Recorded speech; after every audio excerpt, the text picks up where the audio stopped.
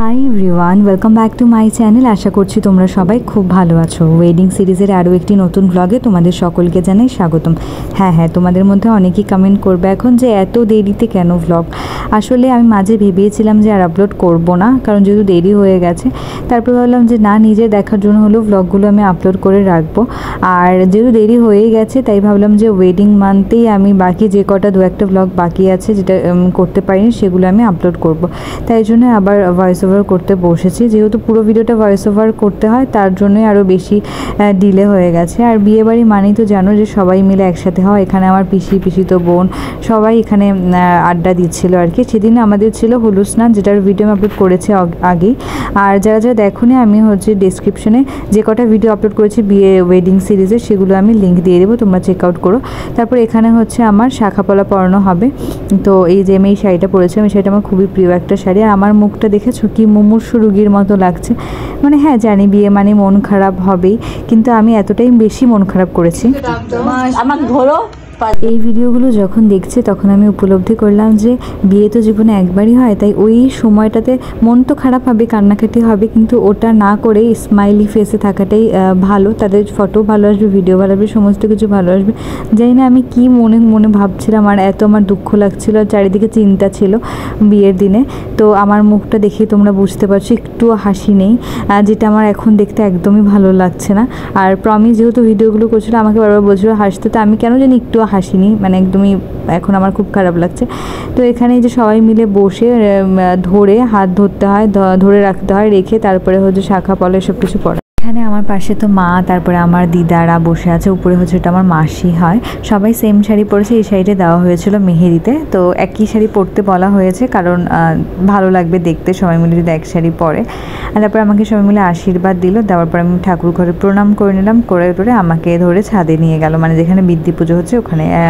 মানে শাখাপলা পরানোর পর নাকি নিয়ম যে ধরে যারা ওরা কাজ করে তাদের নাকি ধরে নিয়ে যায়। তো সেই মতেই ধরে নিয়ে গেল। এটা আমার লুকটা দেখো, বাঙালিভাবে শাড়িটা পরেছিলাম।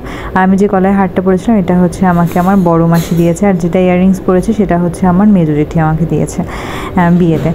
তো তারপরে চলে গেলাম ছাদে, আর আমার সাথে সাথে সবাই যাচ্ছে ছাদে। তারপরে এখানে ছাদে অনেক রিচুয়ালস ছিল, মানে বৃদ্ধি পুজো করেছে আমার সেজু জেঠু, যে জেঠু শিলিগুড়িতে থাকে, যাদের বাড়িতে আমরা যাই, বা যে দিদির ভিডিও মানে ওয়েডিং ব্লগ তোমরা দেখেছো এর আগে আমার চ্যানেলে। তো সেই জেঠুই আমার বৃদ্ধি পুজো করেছে। তো ছাদের তো ডেকোরেশন তোমরা এর আগেও দেখেছো মেহেন্দির ব্লগে, তারপরে হলুদের আগের ব্লগগুলোতে।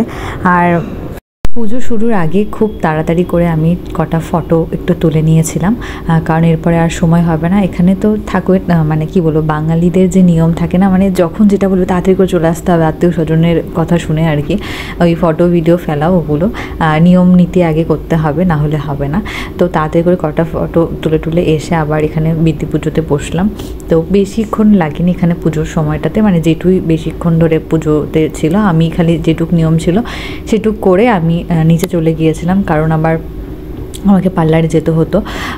তো এত সকাল থেকে রিচুয়ালস থাকে বিয়ের দিন যে ওই বিয়ে অবধি যেতে যেতে যে ব্রাইড তার অবস্থা বাজেভাবে খারাপ হয়ে যায়।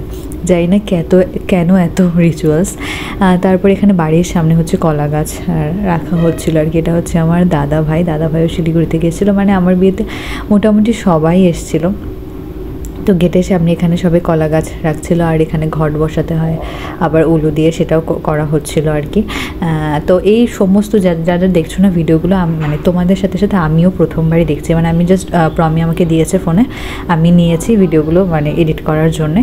আর এখন আমি যেহেতু ভয়েস ওভার দিচ্ছি এখন সব কিছু দেখছি আর কি। আর যখন আমার মানে ওই দিন তো আমি আর এসব কিছু দেখতে পাইনি, কোন দিকে দেখবো, রিচুয়ালস দেখবো নাকি এইদিকে ব্লগিং করবো। যারা করে মানে আমি হ্যাটস অফ, যারা এত সুন্দর ব্লগ করে বিয়ে চলাকালীনও, অবশ্যই পেছনে কেউ একজন সাহায্য করে। তারপরেও আমি দেখেছিলাম রিয়াঙ্কাদির, যে রিয়াঙ্কা সরকার, ওনার যে ইউটিউব চ্যানেল আছে পশ প্যালেট, তো ওর ভিডিও দেখেছিলাম যে একদম নিজে সব মোটামুটি কভার করেছিল সবটা, যেটা আমার পক্ষে তো মানে আমি এতই লেজি আর এতটা মানে কি বলবো অ্যাক্টিভও না যে এই দিকে দেখে আবার ওই দিকটাতেও দেখে ভ্লগ করা বা সব কিছু।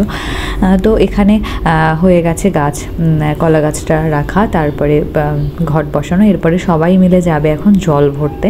দেখো সব কিছু এক একজনের হাতে দেখবা ঘট আর থালা, প্রদীপের থালা, তারপরে সব কিছু। এটা হচ্ছে আমার মেজো জেঠি, এটা হচ্ছে আমার মামি, আমি একটু একটু করে বলে দিই, হ্যাঁ এটা হচ্ছে আমার বৌদির মা, তারপরে এটা হচ্ছে আমার মায়ের কাকি মানে আমার দিদা হবে, এরা দুজন। তারপরে এই যে নাচতে নাচতে আসছে এটা হচ্ছে আমার ছোট পিসি। তো আমি বললাম না যে আমার বিয়ে খুব দারুণ মজা হয়েছিল, মানে এটা হচ্ছে আমার সেজো জেঠি শিলিগুড়ি থেকে এসছে, আর এটা হচ্ছে আমার বড় জেঠি সমস্ত নিয়ম করেছে, আর ইনি হচ্ছেন আমার বোন, যার কারণে তোমরা এই ভিডিওগুলো দেখতে পাচ্ছ আর কি। আর ওই যে আমার মাসি সবার পিছনে, আর সবার পিছনে দেখতে পাচ্ছ ওই যে আসছে আমার দিদি নিয়ে আসছে, ওটা হচ্ছে আমার বড় পিসি।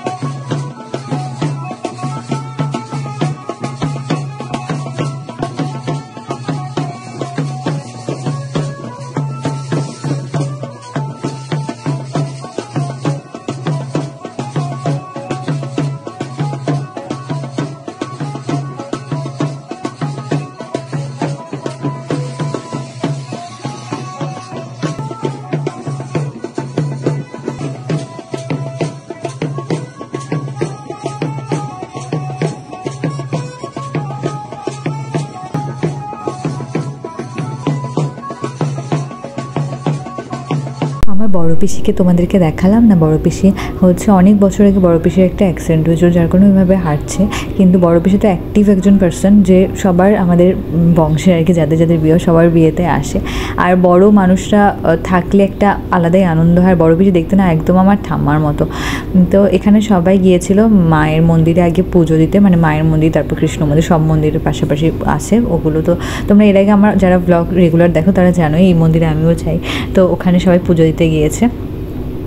আর হচ্ছে আমি কিছু ভিডিও যে মাঝখানে দেখলে সবাই নাচছে মজা করছে, তো ওগুলো রেখেছি যে এনজয় করতে পারবে তার জন্যে।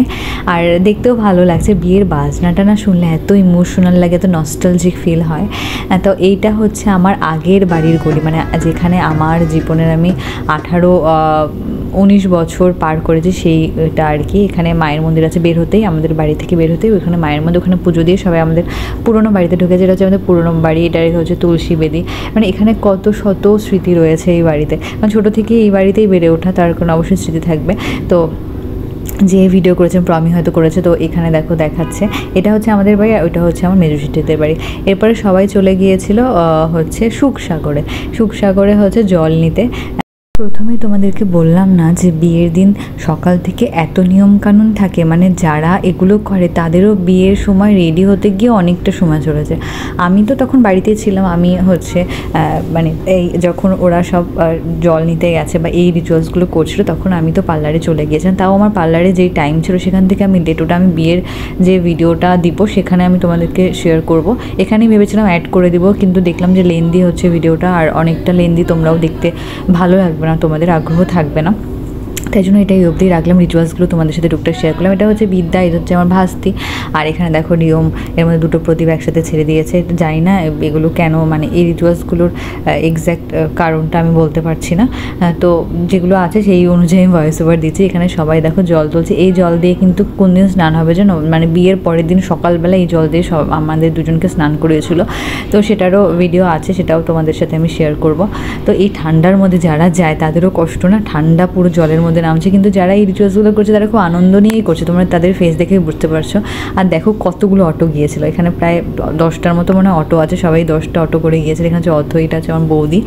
তো মানে মোট কথা সবাই খুব এনজয় করেছে, তোমরা দেখেই মানে বুঝতে পারছো। আর অবশ্যই আমাকে কমেন্ট করে জানাবে কিন্তু যে তোমাদের কেমন লাগলো।